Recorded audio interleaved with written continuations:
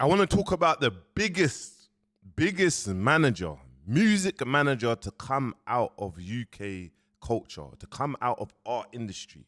Like the biggest ever to come out of our culture. And I want to talk about Dre London. Like, not many of you lot know who Dre London is. Dre London is Post Malone's manager. Now, let's actually get into accolades. Let's get into Post Malone. Before I even show you Post Malone's numbers, let me show you who Dre London is. This is Dre London. This is Dre London, yeah? From the UK, from South London. This is Dre London. Now, let me tell you about Dre London, yeah? Bro, my man's from South London, he's from Brits, and he's from Angeltown. And I've never ever met Dre London. We know of each other. You get me? I've got cousins that are close to him, best friends. And all man's older bros are his close friends. You get me? Every time he comes to Dubai, obviously they always say that he's here and whatnot. But I want you to know, like, he's had to leave his situation, leave the UK, start a new life, go to America, come as a legal immigrant, stay for 4 to 5 years, lock in, get his green stamp, you get me? And actually focus, like, and then on the back of it, he's had to then found out his mum's got cancer. Like, he wanted to leave. His mum saying, don't leave, you get me? Because you leave the country, you ain't gonna come back in. So I'm just letting you know, like, he's had to leave the UK to start and build a massive empire, bro. And when I say build a massive empire, he's literally built one of the biggest artists in the world. One of the biggest artists, Post Malone. 70 million monthly listeners nearly. But he's got, you see when I'm like, oh, I got accolades, bro. I got accolades. I've got almost 1 billion streams. I got accolades in the UK. Bro, one of these songs, 1.1 billion. Another one's almost 4 billion streams, bro. 4 billion streams. One's almost 3 billion streams. One's almost 1 billion streams. That's 4 songs, yeah, bro, that you could say, this is what you call, yeah. Probably he's worth like 200 mil. Post Malone's probably worth 200 mil just from that, like on the back of that. Now, even if you want to go to his YouTube, go look at his YouTube. You get me? 28 million subscribers. You get me? 700K, 700 million, 750 million, 1.5, 1.1 billion, 1.2 billion, 2.6 billion, 1.1 billion, 1.6 billion. Bruv, the biggest manager to come out of the UK is Dre London, bro. And this is what he's done, bro. And this is what he's done in America. Imagine you being from the UK, starting, and he's done this. And I want to go into what I respect about him, bro. He didn't forget where he came from. Done everything that he done, and he still visited, locked in with Blade Brown, became business with him, with a drink company and etc. So we're gonna go into some of his latest interview. You get me? We're gonna go into his latest interview and just get into this. It was crazy, man. A little help was from someone like I said earlier, French Montana, because So what it was is he's asking, like, how did you get into the music industry in America? So now he's saying, oh, a little help is from French Montana. So I've just gone to the bit that is revolving around music, because there's quite a lot of bit of it talking about his upbringing, where he come from, immigration, his mom, etc. So now I'm into this bit. everyone's got to have a little break. And when you said it, I was thinking, oh, Post Malone was my first break. No, it wasn't. My first break was actually after 6 months of nagging French Montana and telling him I had the best producer in the world and I wanted him to work with him, and his name was Harry Fraud. And French looked at me like, not in a bad way, but it's like, Dre, you want me to go in the studio and work with this white boy? Like, what the fuck you talk about? I'm from the Bronx. I'm from uptown, baby. And like, I had to like show French a different side of the game. And I wanted him to come to the studio in Brooklyn. And after 6 months, a lot of you don't know it. He mentioned it on Drink Champs. Shout out to Nori. I had all to do with French Montana's break, his first big break in the game. Not his break. In his head, he did Cocaine City. He had the DVD. Shout out to Smack DVD. And the So what he's talking about his first come up was French. He's saying it wasn't even Post Malone. He had a producer. It's starting with producer. He's telling you, yo, I got the best producer. You get me? And then now he's talking about a record that he was involved in. You get me? And this is where it all started for him. You get me? So yeah, let's get into this. The rest of the guys, he had his platform where he had a Nicki Minaj, where he had all these artists on the stairs doing what they do. I remember the first real big break didn't seem like it because I was pissed. This guy brought me up to Yonkers, and anyone who knows New York, who knows Yonkers, it's not really a place anyone goes. So this guy brought me to Never Neverland. I go up to Yonkers, and we're just watching people play basketball. Bro, I love basketball. I don't want to be out here for 3-4 hours watching people play basketball. Met Jada Kiss, saw Styles P, saw the whole D Block. Little did I know that French was working on starting to work with Jada Kiss and starting to work with these guys. And man's literally telling the come up, like, this is how things started, you get me? And being on ground, being with the right people, you're going to show your face, you're going to build up your connections.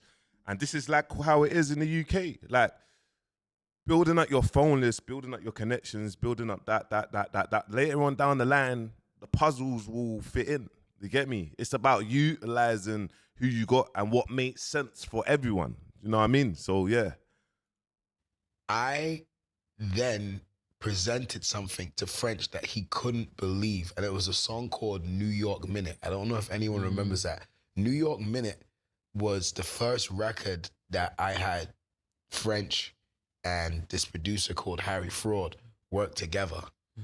After having them work on that, then they started making records, what everybody probably knows, called Shot Caller. Yeah. And that's when I felt like I had my first break. But it wasn't my break. I felt like it was my break. It wasn't. It was actually my learning. I had to learn the business. You think everyone's your friends. Yo, I'm just... Woo! This is free game, guys. This is free game. Man saying, I thought this was my break. I had to learn the business. I had to learn how everything works. It's not just about the talent. And this is what I always say to artists, bro. You always try to send me your music. Yeah, your music's good. Where do we go from here? You get me? Where do we go, bro? Like, it's understanding, leveraging yourself. What else have you got? Now, if you approached me and said, bro, I've got music here, but I've also got 20,000 emails, numbers, and names, I will be look at you and be like, yeah, you're a serious person. But no one hasn't approached me and said that. Everyone's just wanted to send music for advice and opinions. Just making music with my friends. I'm just doing this. And I remember Post telling me that years later, and I had to learn and told him, no, brother, you're not making music with your friends. The reason why I learned it is because they both made money off this song. But guess who didn't? Guess who didn't make no money off this song? You were just the connector. I was the connector, but I didn't know. You didn't have any paperwork. No, exactly. You just said it, D. I didn't have no paperwork. I didn't have my paperwork ready. When I introduced these guys and they made this song, I should have put my foot down and said, Absolutely. A and B, there's no C without me. And woo! A man said, I didn't have no paperwork. There was no agreements. I clipped to these lot, but I didn't make no money from the song. You get me? I didn't know the business side. I didn't understand the business, didn't know how it goes. And this is what I mean. You always have to have your contracts, your paperwork. And when you do things, everything has to be a paper trail. Or you just won't make no money. And for everyone, like, he's the good guy. Bro, the good guy always gets left out. This is business. This is what makes sense. Does this make sense for me as business? I wasn't able to see that C was called cash. You understand? I didn't have no C. I was still on A to B. So that taught me about the music business. And years later, when I started doing other stuff, it made me stronger. And going back to your point, that was my first big break for me. And also, shout out to my brother, Funkmaster Flex. When I started hearing him drop them bombs and hearing rewinding the song 4 or 5 times, my gut feeling was like, wow, you did that. So it didn't matter if it was for anyone. Sometimes people back at home, you have to realize not everything you do is going to be seen that day. Most of you don't even know this story until I'm telling you today. So Powerful.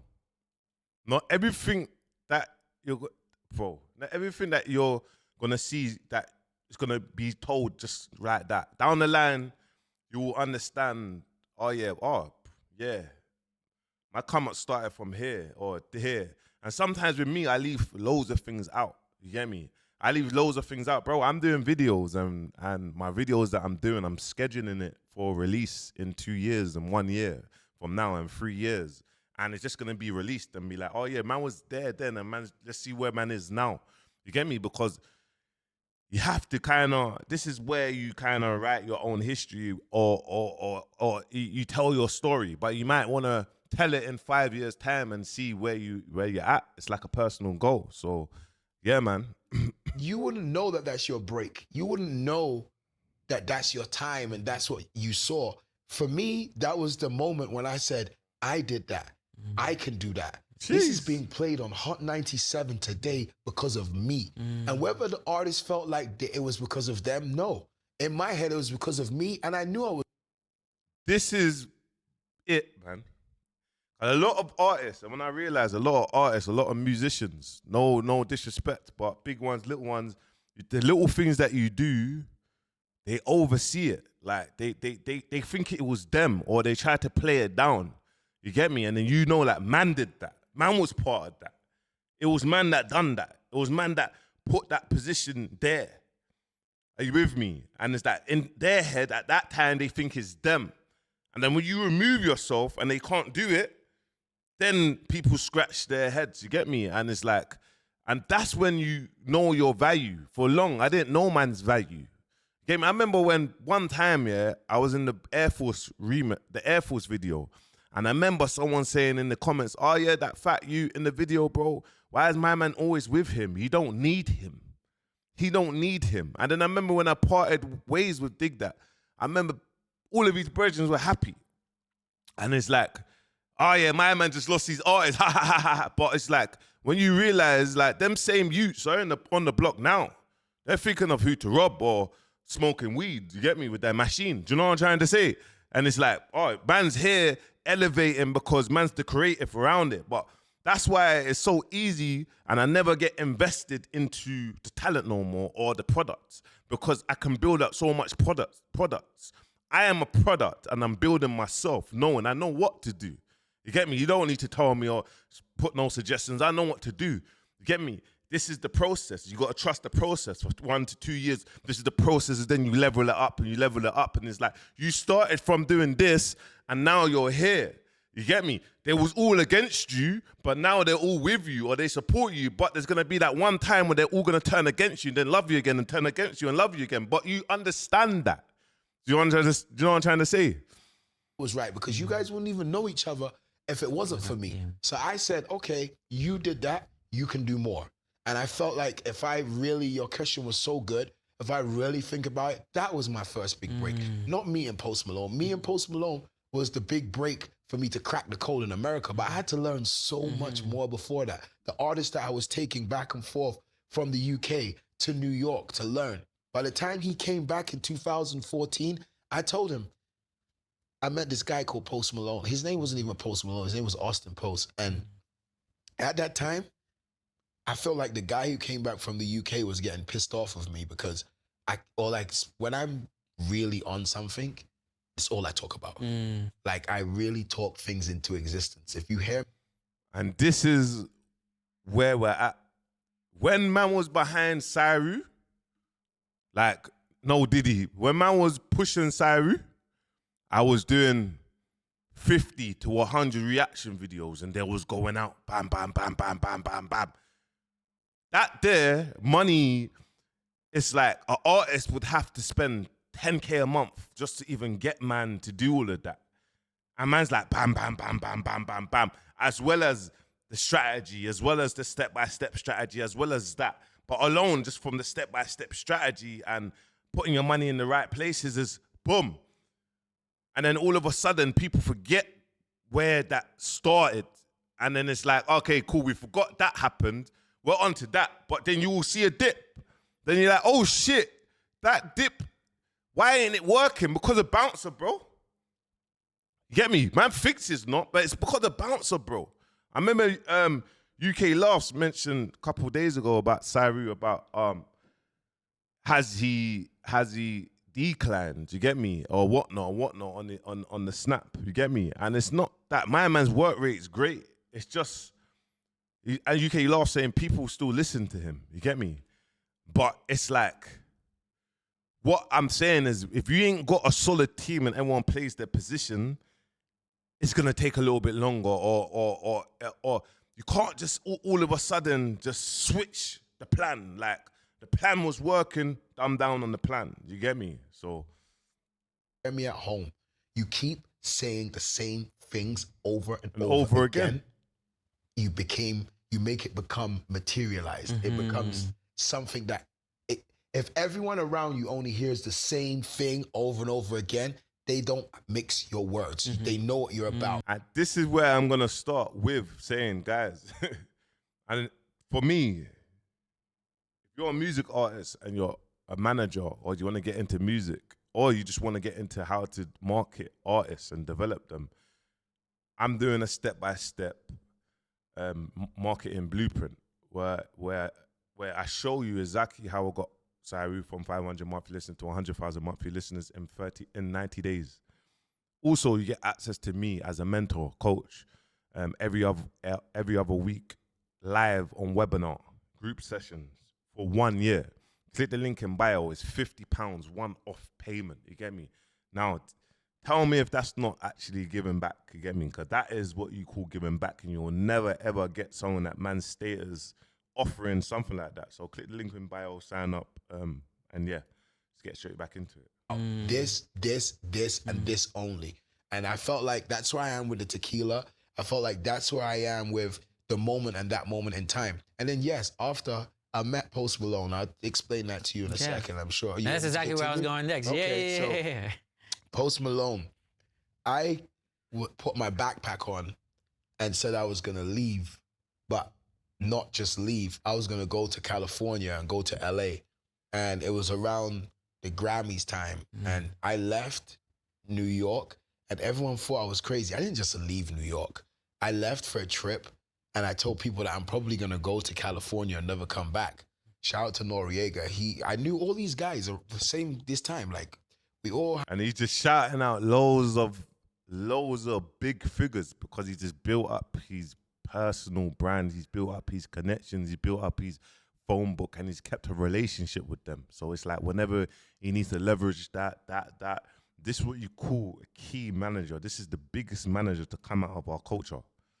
I had a little inside crew of people, and everyone laughed at me. They didn't laugh, but they had this look like, where are you going?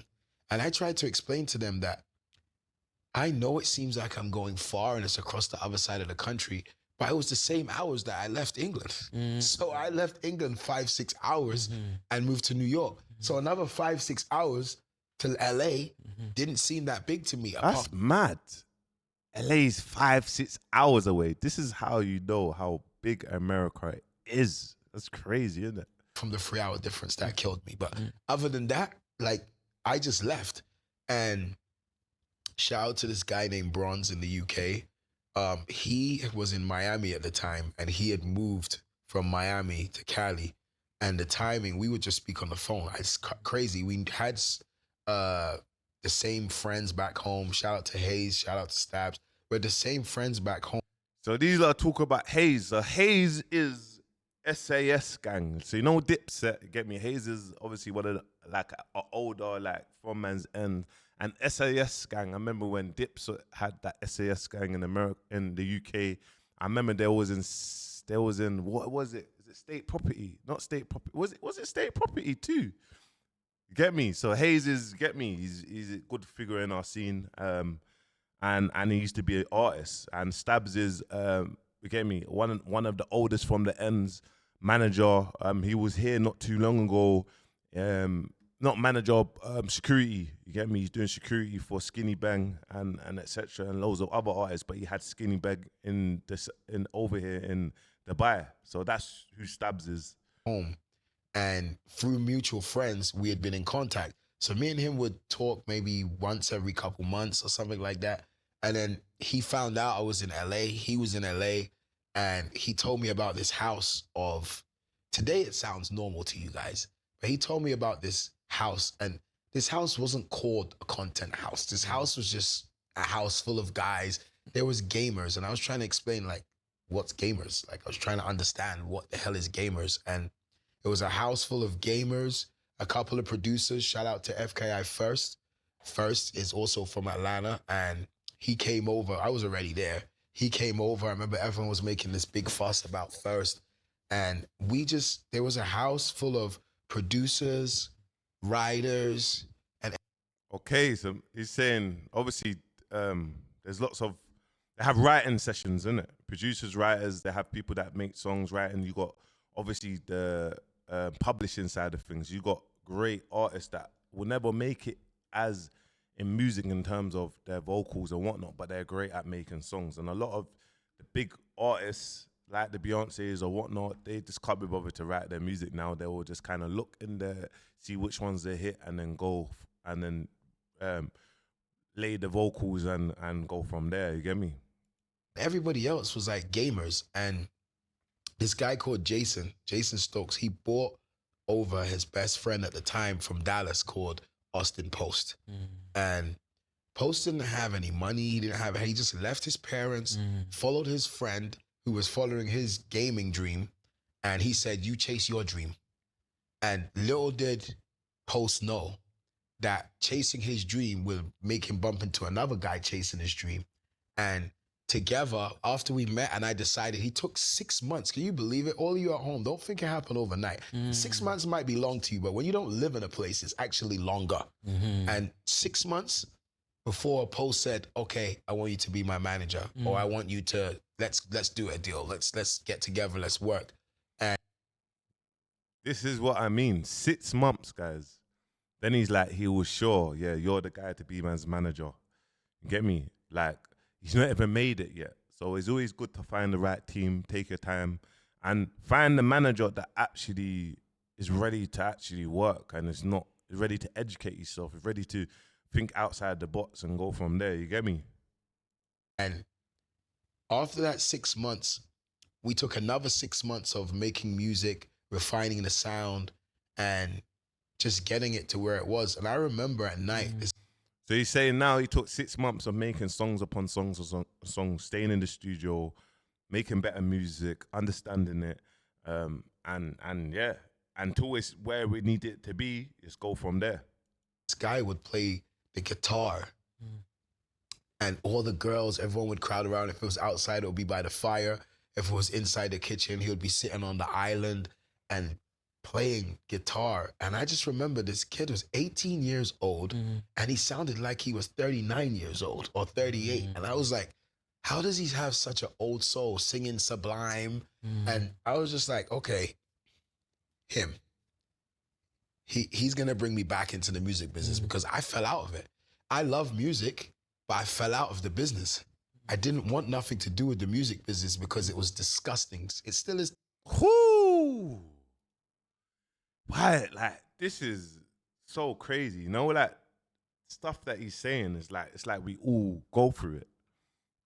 Like, taking in what like Dre London's saying, this, like I said, this is the biggest manager to come out of the UK, like, period. And what he's saying, disgusting, fall in love with it. Remember, I left music for 3.5 years and made a return now and being like, I want to help independent and get them where they need to get to and get success stories. But yeah, bruv, it's mad.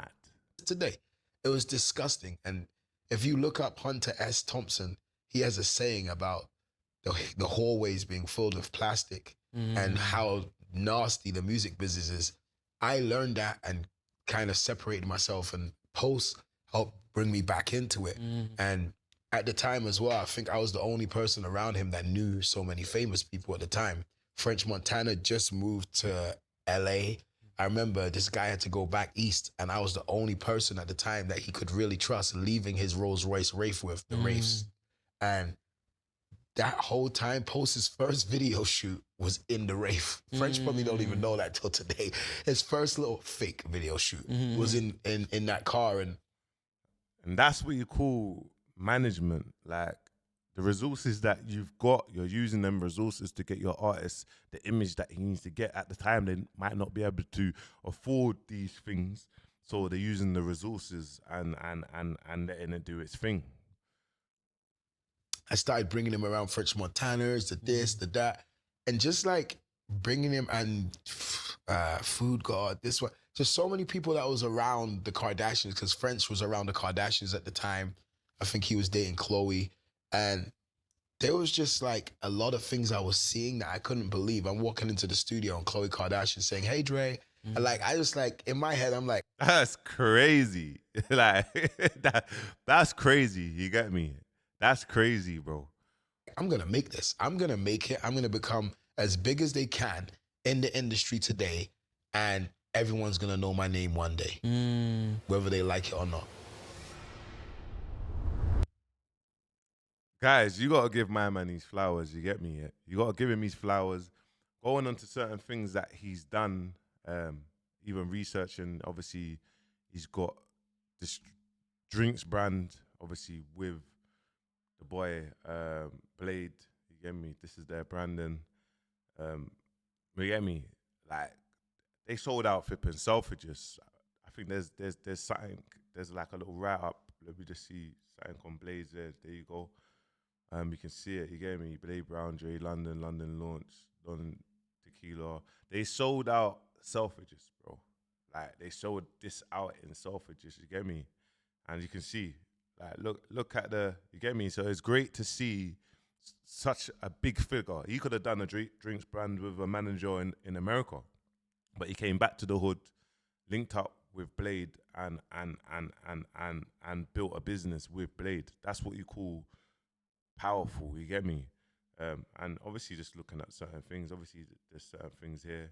Oh, shout out Andrew, yo, and Shrew. Look, you're hurting Shout out his to hand. Riveting. No, I'm gonna keep hurting his hand. Yeah. Shout out to Riveting. When did you get so wavy? Because we hurting productions. We killing them. We shutting shit Dude, down. let me save you. You ready here? Let me save No, you. I'm not sure. Dre, let go. Look, What the fuck? look at their friendship. Dre, let go. Let go. Look at him, Andrew. Let look go. at him. Smack TV. Yo, let go, bro. Nobody likes that. No one likes that. That's how we Productions. shut it down. Look at me. That's how we Bro, it's good to have friendship like that, man. And the fact, and why, I tell you what's good about it is, look.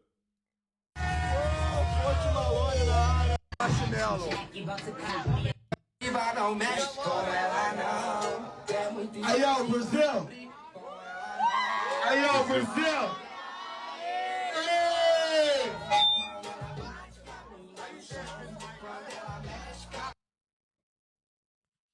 Listen, this is, Can I have a hug, please? Yeah, of course. Please. Of course. bro, my man just tapped in. What do you think about I don't even know why this is not going in.